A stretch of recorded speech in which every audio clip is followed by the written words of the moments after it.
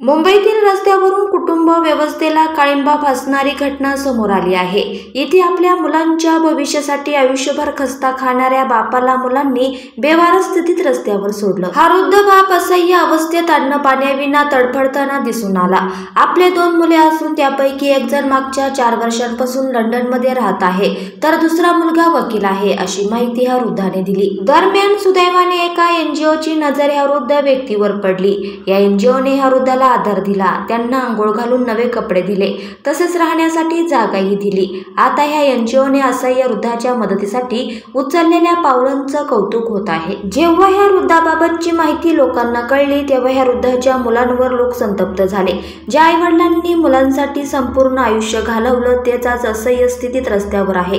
ही बाब खूप लाजिरवाणी आहे, असे लोक म्हणाले। दुसरीकडे कठीण काळात या वृद्धाला मदत करणाऱ्या NGOचे लोक आभार मानत आहे, तर वडिलांची काळजी न घेणाऱ्या मुलांना समाजासाठी डाग म्हटलं जात आहे। जे लोक आपल्या वडिलांसोबत असं वागतात, त्यांच्यासोबतही एक दिवस असंच होईल, असा शापही लोक देत आहे।